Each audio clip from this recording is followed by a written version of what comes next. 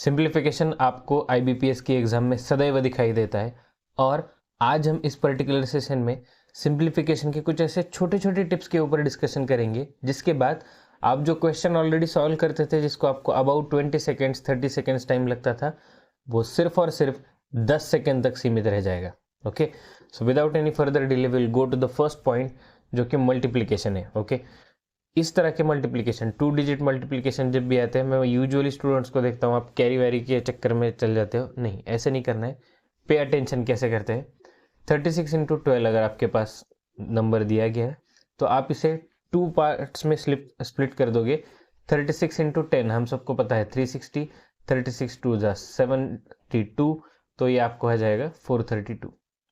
Okay, ये वाला part मैंने आपको समझाने के लिए लिखा है, ये वैसे लिखने की ज़रूरत नहीं होती, आप इसे डायरेक्टली करो। This is something I would want to advise you कि ये वाला पार्ट जो है वो आप नंबर के साथ नंबर्स लिखने नहीं है ना।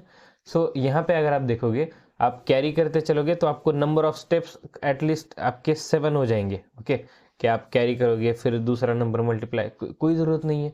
यहाँ पे सीधा सीधा स्प्लिट कर दो नंबर्स को। सेम वे यहाँ पे इस पर्टिकुलर नंबर को देखो, 44 इंटू 22 अगर आपको दिया गया है तो 44 इंटू 10 हम सबको पता है, राइट, 450। 44 इंटू 20 कितना आ जाएगा, 900, बराबर, प्लस इंटू 2 विच इज 90, सो आपका ये 990 हो जाएगा। ओके, समझ रहे हो। तो ये वाला पार्ट जो मैंने आपको यहाँ पे अभी लिख के बताया, इतना सा पार्ट अगर आप ओरली करने की प्रैक्टिस कर जाओगे, बहुत आगे चले जाओगे, नंबर्स आपको बहुत स्मूथली आप डील करना सीखोगे। Next part 226 into 15। अब ध्यान से देखिए इसे कैसे करना है। अब 226 का 10 टाइम्स हम सबको पता है 2260, राइट, क्लियर है, इतना तो हम सबको पता है।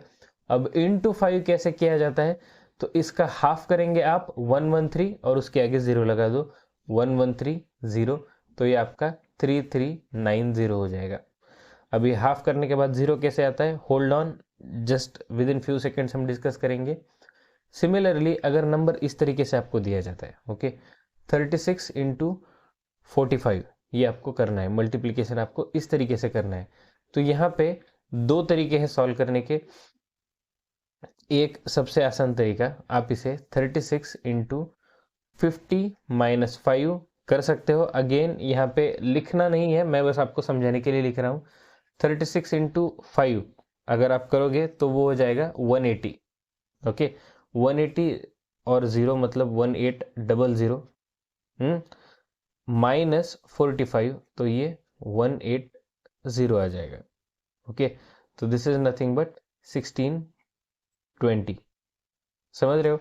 अगर नंबर्स आपको कुछ इस तरीके से दिए गए तो आपको ऐसे, मतलब 45 स्पेसिफिकली हो तो ये करना बेटर है। अगर 45 की तरह अगर दूसरा कोई दिया जाता है 35 75 वगैरह, तो उसे कैसे करोगे। ओके, तो यहाँ पे करते वक्त आपको करना है 36 इंटू 40। ओके, 36 4 जा कितना आता है वो हमें पहले कैलकुलेट करना है, एंड देन 36 40 जा। ओके, तो वी ऑल नो 36 4 जा अगर हम देखें तो which is nothing but 1440। Okay, 36 40 जा 1440 प्लस 36 इंटू 5 अगर हम देखें तो दिस इज नथिंग बट 180। तो यहाँ पे 0, 8 4 जा 8 प्लस 4 12, रिमेनिंग 1, तो आपका यहाँ पे आ जाएगा 6 और ये 1।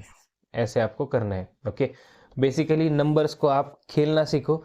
जिस तरीके का नंबर आपके सामने है उस तरीके से आपको अपना दिमाग चलाना है, उस तरीके से आपको नंबर्स डील करते हुए जाना है। Okay, then few magical numbers जो मैं आपको समझाने की कोशिश कर रहा था लास्ट नंबर्स के साथ भी, और यहाँ पे भी सिर्फ ऑब्जर्व करो 84 इंटू 5, कोई भी नंबर इंटू 5 अगर दिया जाए तो आप सीधा सीधा क्या करोगे, इस नंबर का हाफ विच इज 24 और आगे 0, खत्म, कहानी खत्म। इंटू 5 करते वक्त नंबर का हाफ और आगे 0 लगा दो, आपका आंसर आ जाएगा। सिमिलरली 25 अगर आपको करना है किसी भी नंबर इंटू 25, तो इसका आप 1/4 करोगे। जैसे यहाँ पे 1/2 लिया था, 1/4 करोगे, तो यहाँ पे डिवाइडेड बाय 4 करने के बाद आएगा 9, है ना, और आगे 2 zeros एज इट इज। समझ रहे हो, कोई दिक्कत वाली बात नहीं है, है ना, कि नंबर्स के साथ जब भी डील करना है आपको तो 5, 25 ऐसे नंबर्स हो तो this would be more than easy for you. और ये वाले पार्ट मैंने अभी आपको एग्जाम्पल के थ्रू बताया। मैं चाहूँगा इन दोनों मल्टीप्लिकेशन का आंसर ओरली आप मुझे कमेंट सेक्शन में बताइए। ओके, आसान सा पार्ट है, छोटा सा पार्ट है, just stay focused. Then next, square and square root. Square and square roots के ऊपर मैंने एक डेडिकेटेड लेक्चर बनाया हुआ है, मैं चाहूँगा वो लेक्चर आप देखो, डिस्क्रिप्शन में मैंने उसके लिंक दिए हुए हैं। लेकिन ऐसे नंबर्स आए तो सॉल्व कैसे करना है क्विकली मैं आपको बता देता हूँ। तो 38 अगर आपके सामने है तो विच इज़ 25 और 38 50 के बीच में ये नंबर आपको लिखना है। तो इन दोनों का डिफरेंस 1300, यहाँ पे आ जाएगा 12, तो उसका स्क्वायर 144, तो ये 1444, बात खत्म।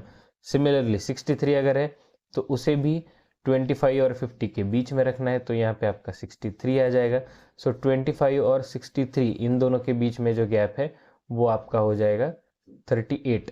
ओके, तो 3800 और इन दोनों का डिफरेंस 13, तो ये आ जाएगा 169, इसका स्क्वायर 13 स्क्वायर, सो ये 3969, as simple as that. Okay, दिक्कत वाली बात है नहीं। देन स्क्वायर रूट्स की तरफ आप चले जाओ, ध्यान से देखिए यहाँ पे करने के दो तरीके, एक तो क्लासिकल जो मैंने आपको ऑलरेडी वीडियोस में बताया हुआ है, या फिर उससे भी आगे अगर हम जाने की कोशिश करें तो यहाँ पे सीधा सीधा बस आपको ये चीज़ ऑब्जर्व करनी है कि यहाँ पे यूनिट प्लेस पे 9 है स्क्वायर नंबर में, तो स्क्वायर रूट के नंबर में क्या क्या आ सकता है, आइदर 3 या फिर 7, है ना। 3 और 7 दो ही ऐसे नंबर है जिनका स्क्वायर करने के बाद यूनिट प्लेस पे 9 आ सकता है। ओके, और ये जो नंबर है 1800, ओके, ये कौन से दो परफेक्ट स्क्वायर्स के बीच में आता है, 1600 और 2500, बराबर है। कंपैरेटिवली ये जो नंबर है 1849 वो किसके नज़दीक है, इसके या इसके, तो ऑब्वियसली इसके नज़दीक है ना। तो मेरा आंसर 43 बन जाएगा। समझ रहे हो, आसान सी बात है ना। तो आपको बस नंबर कहाँ पे है वो ऑब्जर्व करना है, उसके बाद आपका आंसर अपने आप आ जाएगा। ओके, इन दोनों को लिमिट्स में रखो, मतलब ये 1849 जो है उसके पहले वाला 10th प्लेस वाला परफेक्ट स्क्वायर और उसके बाद वाला 10th प्लेस वाला परफेक्ट स्क्वायर, इन दोनों को अगर आप बीच में रखोगे then definitely you will have answer, और आपको आगे के स्टेप्स करने की जरूरत नहीं, मल्टीप्लिकेशन वगैरह। ओके, यहाँ पे भी सेम वे है 3, 7, तो ये पर्टिकुलर नंबर अगर आप देखोगे 4400, ओके, तो अगर हम ऑब्जर्व करने की कोशिश करें तो दिस इज 3600 एंड 4900, इन दोनों नंबर्स के बीच में है। अब आप मुझे सिर्फ ऑब्जर्व करके बताओ कि ये 4489 वो ये 4900 से ज़्यादा नज़दीक है या फिर 3600 से ज़्यादा नज़दीक है, तो ऑब्वियसली इससे ज़्यादा नज़दीक है, तो आपका आंसर यहाँ पे आ जाएगा 47। ओके, आसान से ट्रिक्स है, आसान से ऑब्जर्वेशन से, बस इतना सा आपको ध्यान में रखना है, आंसर्स आपके अपने आप आने चालू हो जाएंगे। ओके, देन ये वाला पार्ट आपके एग्जाम के लिए सबसे ज़्यादा इंपॉर्टेंट है कि परसेंटेज टू फ्रैक्शंस कैसे कन्वर्जेंस होते हैं, परसेंटेज को फ्रैक्शन में कैसे कन्वर्ट किया जाए और फ्रैक्शंस को कैसे परसेंटेज में कन्वर्ट किया जाए। ये वाला पार्ट आपको एग्जाम में बहुत बार डायरेक्टली इनडायरेक्टली आता है। स्टे फोकस्ड, मैं जो यहाँ पे बताने की कोशिश कर रहा हूँ, 1/2 जो होता है ऑब्वियसली सबको पता है 50% होता है। आपको 2/3 दिया जाए तो ये 66.66 हो जाएगा। ये कहाँ से आएगा, 1/3 के डेरिवेटिव्स है। ओके, उसी लॉजिक से 4/3 अगर दिया जाए तो 4/3 मतलब 3 एज इट इज है और आगे का 1/3, तो ये 133.33 आ जाएगा। ओके, एग्जाम में आप 133.33% वगैरह नंबर्स देख के थोड़ा सा कंफ्यूज हो जाते हो कि इसे कैसे कैलकुलेट करना है, तो उस टाइम पे ये आपको 4/3 काम आ जाएगा। Okay, then 1/25, 1/4 which is absolutely 25% जो सबको पता है। देन नेक्स्ट अगर हम देखें 1/5 आपका आ जाता है 20%, इसी के आगे डेरिवेटिव्स अगर आप लेके जाओ तो 2/5 आपको मिल जाता है 40%, 3/5 आपको मिल जाता है 60%। ये चीज़ें आपको बताने की ज़रूरत नहीं होनी चाहिए, ये आप एग्जाम में अपने आप बनाना सीखो, इसे सिर्फ ऑब्जर्व करते हुए आपको जाना है। ओके, देन 1/6 अगर हम देखें तो आपको ये 16.66% के आसपास मिल जाएगा, और इस तरीके से 2/6 वगैरह ये सारा आपका जर्नी चालू हो जाएगा। ओके, देन 1/7 14.28, तो ये अगर आप आगे देखोगे 2/7 अगर आपको दिया जाए तो 28.56, 3/7 अगर आपको दिया जाए तो 3/7 नंबर की वैल्यू आपको 42.84% वगैरह वगैरह। तो आपको एग्जाम में अगर नंबर इस तरीके से दिए हो 28.56 तो आप उसे 2/7 लिखोगे, अगर 42.84 दिया जाए तो 3/7 लिखोगे। तो इस तरीके से आपको परसेंटेज और फ्रैक्शन को एडजस्ट करना है। ये वाला पार्ट एग्जाम में आता ही है, इस वजह से मैं इसके ऊपर बहुत स्ट्रेस कर रहा हूँ। अगर आप में से किसी को भी परसेंटेज इस तरीके की याद नहीं है, वीडियो को पॉज कीजिए, स्क्रीनशॉट लीजिए, पूरे नंबर्स लिखिए। एग्जाम में जब आपको ऐसे नंबर सामने आए तो आपको ऐसे क्लिक होना चाहिए। ओके, देन 1/8 अगर हम देखें 12.5% आता है। सो ऑब्वियसली इसके आगे के डेरिवेटिव्स अगर हम देखें तो 3/8 शुड बी 37.5 है ना।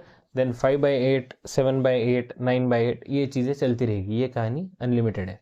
देन 2/9 अगर हम देखें, 1/9 वी ऑल नो 11.11%, नहीं पता है रट लो, समझ लो। ओके, 2/9 22.22%, 3/9 ऑब्वियसली 33.33%, हम सबको पता है, विच इज़ 1/3 ओनली, है ना। और 4/9 44.44, 5/9 55.55, आसान सी बात है ना। देन 1/11 अगर हम देखें तो 9.09 है। तो 2/11 अगर हम देखें तो ये 18.18 है ना। देन 3/11 अगर हम देखें तो 27.27, 4/11 अगर हम देखें तो 36.36। इस तरीके से आपके नंबर्स फ्लोट होते चले जाएंगे। 1/12 का वैल्यू आपका 8.33 आएगा। Then 2/12 so obviously which is nothing but 1/6, तो इसका वैल्यू हम सबको ऑलरेडी पता है। 3/12 अगर हम देखें तो 24.99 के आसपास आएगा, विच is nothing but 1/4 which is 25%। Okay, तो नंबर्स में कंफ्यूज नहीं होना है। 1/14 7.14, तो 2/14 आपका 14.28 विच is nothing but 1/7 only. Okay, 1/15 6.66 आएगा, 1/16 आपका 6.25 आ गया। तो इतने नंबर्स आपको पता होने ही चाहिए।